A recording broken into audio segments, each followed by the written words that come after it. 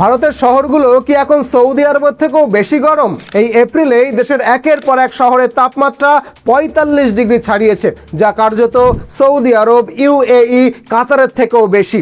মানে আক্ষরিক অর্থেই ভারত এখন জ্বলছে। তাই প্রশ্ন একটাই, ভারত কি তবে এখন নতুন হিট জোনে পরিণত হচ্ছে?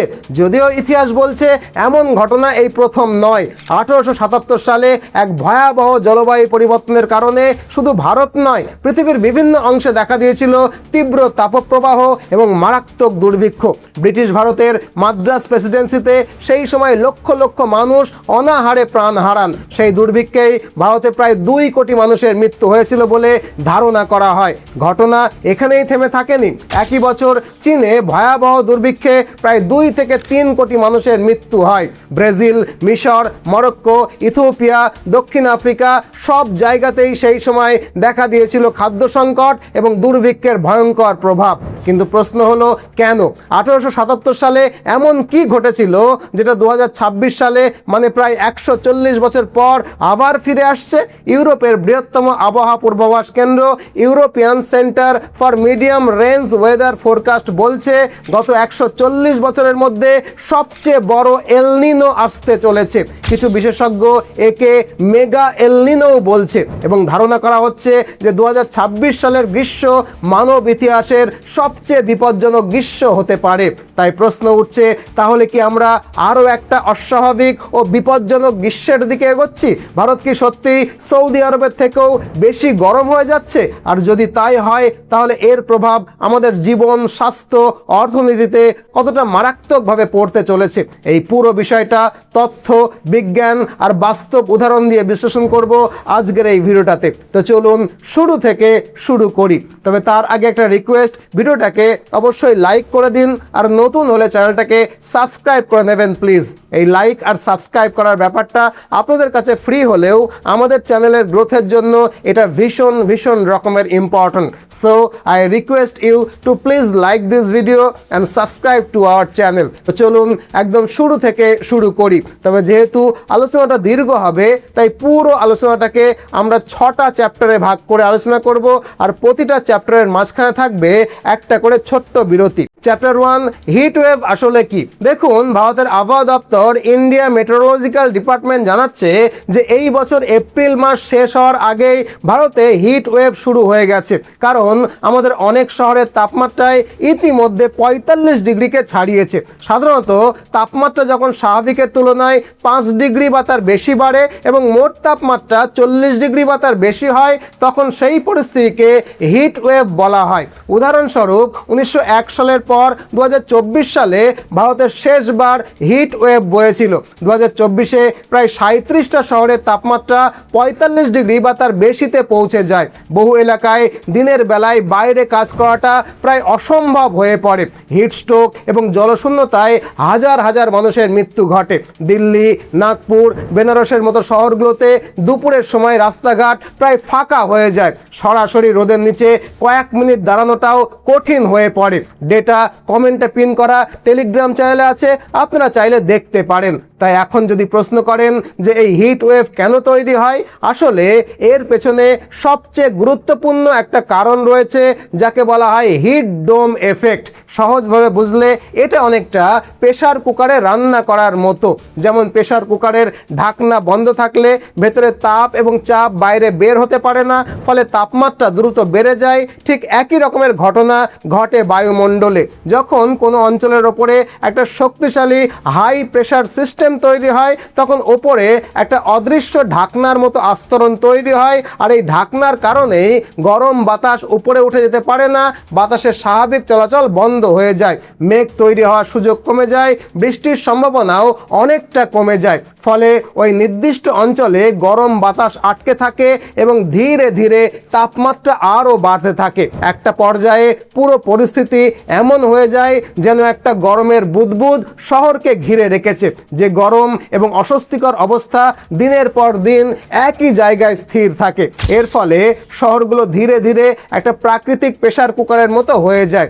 এখন যেহেতু ভারতের উত্তরে বিশাল হিমালয় পর্বত একটা দেওয়ালের মতো দাঁড়িয়ে আছে, এই কারণে কারণেই উত্তর দিকে গরম বাতাস সহজে বেরিয়ে যেতে পারে না, ফলে অনেক সময় গরম বাতাস দেশের ভেতরেই আটকে যায় এবং তাপমাত্রাকে আরও বাড়াতে থাকে।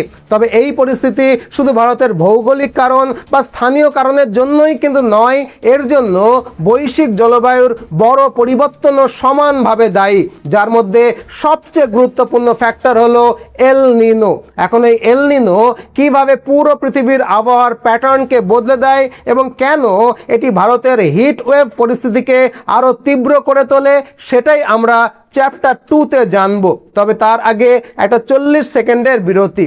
আপনারা জানেন যে আমাদের একটা প্রতিষ্ঠান রয়েছে মিশন MBBS কলকাতা, যারা সাধ্যের মধ্যে খরচে উজবেকিস্তান, জর্জিয়া, রাশিয়া প্রভৃতি দেশ থেকে MBBS করিয়ে আনে। তাই আপনার বাড়ির কোনো ছেলে বা মেয়ে যদি নিটে খুব ভালো স্কোর নাও করে, সেক্ষেত্রে আপনি আমাদের অফিসে ফোন করে বিদেশে MBBS করতে গেলে কি কি করতে হয় তার খুঁটিনাটি বিষয় জেনে নিতে পারেন। কোন কোন বিশ্ববিদ্যালয়ে আপনি আবেদন করতে পারবেন, তাদের কি কি শর্ত রয়েছে এবং আপনার জন্য কোনটা সবচেয়ে ভালো হবে, এর সব কিছুই আমরা আপনাকে জানাবো এবং সাহায্য করব।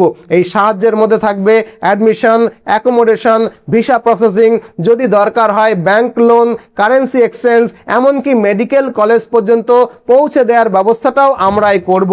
তাই আপনার ছেলে বা মেয়ে যদি নিটে ভালো স্কোর নাও করতে পারে আর আপনি তাকে বিদেশ থেকে ডাক্তারি পাশ করিয়ে আনতে চান, তাহলে আপনি এখনই ফোন করতে পারেন আমাদের এই ফোন নম্বরে, অথবা আমার সাথে আমাদের কলকাতার অফিসে দেখাও করতে পারেন। তো চলুন এবার মূল আলোচনায় ফিরি। চ্যাপ্টার 2, এল নিনো আসলে কি? দেখুন, সহজ ভাষায় বলতে গেলে এল নিনো হলো এমন একটা প্রাকৃতিক জলবায়ুগত ঘটনা যেখানে প্রশান্ত মহাসাগরের কিছু অংশের জল অস্বাভাবিকভাবে গরম হয়ে যায়। সাধারণ অবস্থায় প্রশান্ত মহাসাগরের পূর্ব দিক মানে দক্ষিণ আমেরিকার কাছে তুলনামূলকভাবে জল ঠান্ডা থাকে, আর পশ্চিম দিক মানে অস্ট্রেলিয়ার দিকে গরম জল থাকে। এই ভারসাম্যই পৃথিবীর স্বাভাবিক আবহাওয়াকে ঠিক রাখে।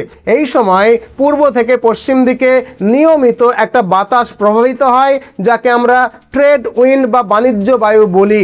এই বাতাস গরম জলকে এশিয়া এবং অস্ট্রেলিয়ার দিকে ঠেলে নিয়ে যায়, ফলে অস্ট্রেলিয়ার দিকে গরম জল জমা হয়, সেখানে বেশি বৃষ্টি হয়, আর দক্ষিণ আমেরিকার পাশে ঠান্ডা জল ওপরে উঠে আসে, যা সামুদ্রিক জীবনের জন্য উপকারী।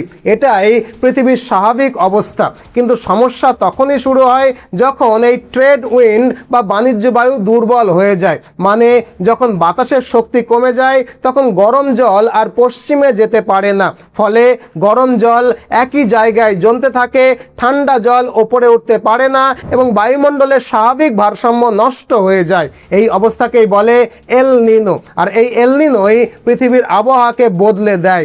এর ফলে অস্ট্রেলিয়ায় খরা এবং দাবানল দেখা দিতে পারে, দক্ষিণ পূর্ব এশিয়া এবং ভারতে কম বৃষ্টিপাত হতে পারে, বর্ষা দুর্বল হতে পারে এবং হিট ওয়েভের সংখ্যা এবং তীব্রতা বেড়ে যেতে পারে। তবে এল নিনো কোনো নির্দিষ্ট সময়ে আসে এমন নয়, কখনো 2-3 বছর পর, কখনো 5-7 বছর পরও দেখা দেয়। তবে একবার শুরু হলে এটা সাধারণত 6 থেকে 12 মাস পর্যন্ত স্থায়ী হতে পারে।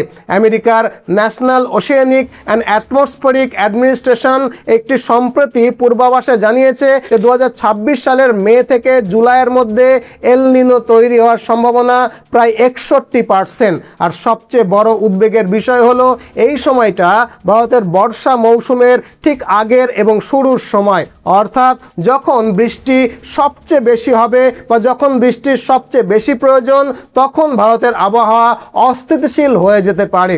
যেমন 2015-16 সালে সুপার এল নিনোর সময়ে মহারাষ্ট্রে প্রায় 40% কম বৃষ্টি হয়েছিল।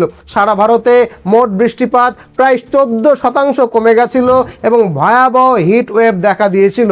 সেই সময় ভারতের 4,500-এর বেশি মানুষ প্রাণ হারিয়েছিল বলে রিপোর্টে উল্লেখ রয়েছে। কিছু বিশেষজ্ঞের মতে 2026 সালের সম্ভাব্য এল নিনো 2015 সালের থেকেও শক্তিশালী হতে পারে। নিউ ইয়র্ক স্টেট ইউনিভার্সিটির অধ্যাপক পল রাউন্ডির মতে এটি গত 140 বছরের মধ্যে অন্যতম বড় এল নিনো হতে পারে। আশা করি এই সম্ভাব্য প্রাকৃতিক বিপর্যয়ের বিষয়টা আপনাদেরকে বুঝিয়ে বলতে পারলাম। তবে বর্তমানে এই এল নিনোর সাথে যোগ হয়েছে আর একটা বড় সমস্যা, যেটা হলো জলবায়ু পরিবর্তন এবং স্থানীয় সমস্যা।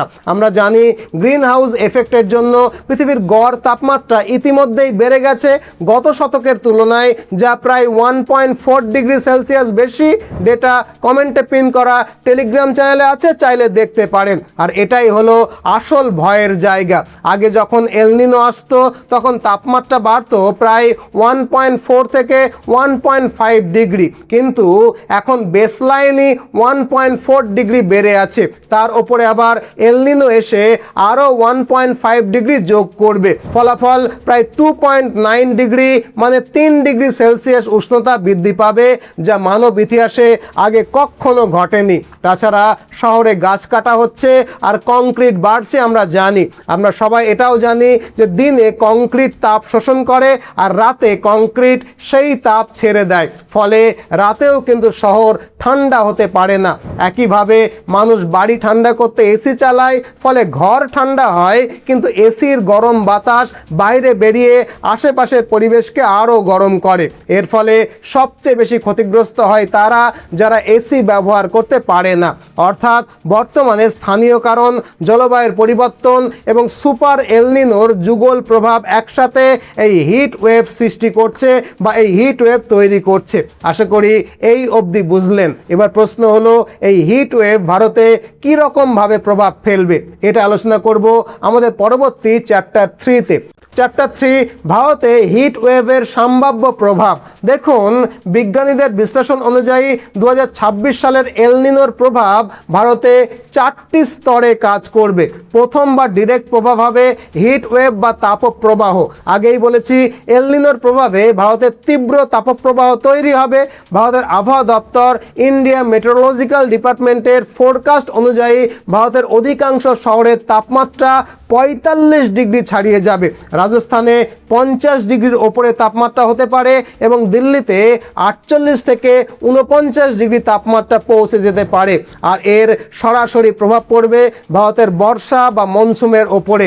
ভারতীয় আবহাওয়া দপ্তর IMD ইতিমধ্যেই ইঙ্গিত দিচ্ছে সারা দেশে গড় বৃষ্টিপাত স্বাভাবিকের তুলনায় অনেক শতাংশ কমে যাবে, যার সরাসরি প্রভাব পড়বে ভারতের কৃষি এবং ভূগর্ভস্থ জলস্তরের ওপরে। ভূগর্ভস্থ জলস্তর অনেক নিচে নেমে গিয়ে ভারতের বেশ কিছু রাজ্যে জল সংকট পর্যন্ত তৈরি করতে পারে। তাছাড়া এমনিতেই ভারতের প্রায় 51% কৃষি জমি সম্পূর্ণভাবে বর্ষার ওপরে নির্ভরশীল। ফলে বর্ষা দুর্বল হলে ধান, ডাল, ভুট্টা এবং অন্যান্য প্রধান ফসলের উৎপাদন কমে গিয়ে পুরো দেশের খাদ্য সরবরাহ ব্যবস্থায় চাপের মধ্যে পড়ে যেতে পারে। আর সেটা হলে দেশের খাদ্যদ্রব্যের দাম বাড়বে এবং মুদ্রাস্ফীতি হবে। আন্তর্জাতিক গবেষণা অনুযায়ী সাধারণ এল নিনোর বছরে খাদ্য পণ্যের দাম গড়ে 5% পর্যন্ত বাড়তে পারে। আর সুপার এল নিনো পরিস্থিতিতে এই মুদ্রাস্ফীতি 9% পর্যন্ত পৌঁছতে পারে। এমনিতেই ভারতের অর্থনীতি বর্তমানে চাপের মধ্যে রয়েছে, আর এমনটা ঘটলে ভারতের অর্থ ব্যবস্থা রীতিমতো মুশকিলের মধ্যেই পড়ে যাবে। আর এর সব কিছুর মধ্যে সবচেয়ে উদ্বেগজনক দিক হলো মানুষের শরীরের ওপরে এর প্রভাব। 2024 সালের অভিজ্ঞতা থেকে আমরা জানি, শুধু দিনের তাপমাত্রা নয়, রাতের তাপমাত্রাও বিপজ্জনকভাবে বেড়ে গিয়েছিল। দিল্লিতে দিনের তাপমাত্রা গড়ে 1.8 ডিগ্রি সেন্টিগ্রেড বাড়লেও রাতের তাপমাত্রা বেড়েছিল প্রায় 4.4 ডিগ্রি সেন্টিগ্রেড। মে জুন মাসে এমন 24টা রাত ছিল যখন তাপমাত্রা 30 ডিগ্রির নিচে কখনোই নামেনি। সাধারণত রাতে শরীর কিছুটা ঠান্ডা হওয়ার সুযোগ পায়, কিন্তু এই ওয়ার্ম নাইট শরীরের ওপরে অতিরিক্ত চাপ সৃষ্টি করে, বিশেষ করে বয়স্ক এবং অসুস্থ মানুষদের ক্ষেত্রে। IMD রিপোর্ট অনুযায়ী 2024-এর গরমে ভারতে প্রায় 10,000 জন হিটস্ট্রোকে মারা যায়। মানে সব মিলিয়ে এবছরে গরম একসাথে কৃষি, অর্থনীতি, জনস্বাস্থ্য এবং জলবায়ুর ওপরে ভয়ঙ্কর রকমভাবে প্রভাব ফেলতে চলেছে। তবে সবচেয়ে খারাপ প্রভাব পড়বে দেশের অর্থনীতির ওপরে, যেটা আমরা আলোচনা করব পরবর্তী চ্যাপ্টারে। চ্যাপ্টার 4, ভারতের অর্থনীতি কতটা বিপদের মুখে। দেখুন, দেশের তীব্র তাপপ্রবাহ হলে সবচেয়ে বড় চাপ পড়বে শ্রমিক শ্রেণীর ওপরে। কারণ ভারতে প্রায় 35 থেকে 40 কোটি মানুষ এমন কাজের সঙ্গে যুক্ত যেখানে তারা সরাসরি রোদে কাজ করেন, যেমন নির্মাণ শ্রমিক, রিক্সা ও ভ্যান চালক, ডেলিভারি কর্মী এবং কৃষি শ্রমিক।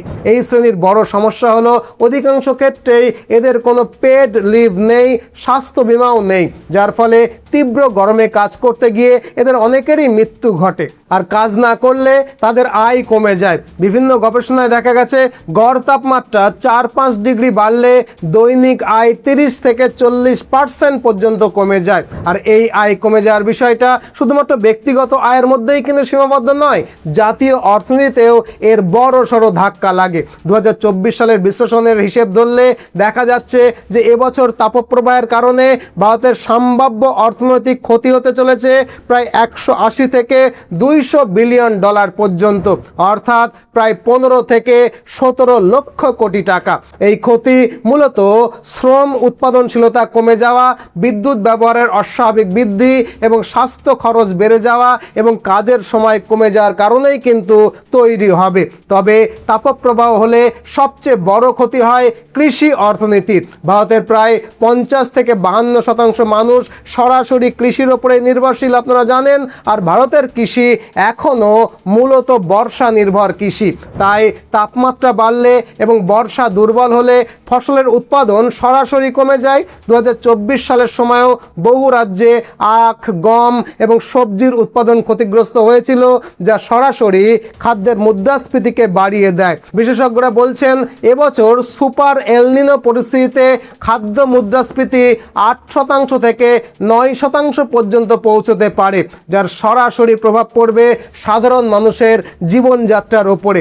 সব মিলিয়ে 2026 বা তার পরবর্তী বছরগুলোতেও যদি এলনিনো এবং হিট ওয়েভ একসাথে কাজ করে, তাহলে তা ভারতের জন্য একসাথে একটা বড় অর্থনৈতিক, কৃষিভিত্তিক এবং সামাজিক সংকট তৈরি করতে পারে।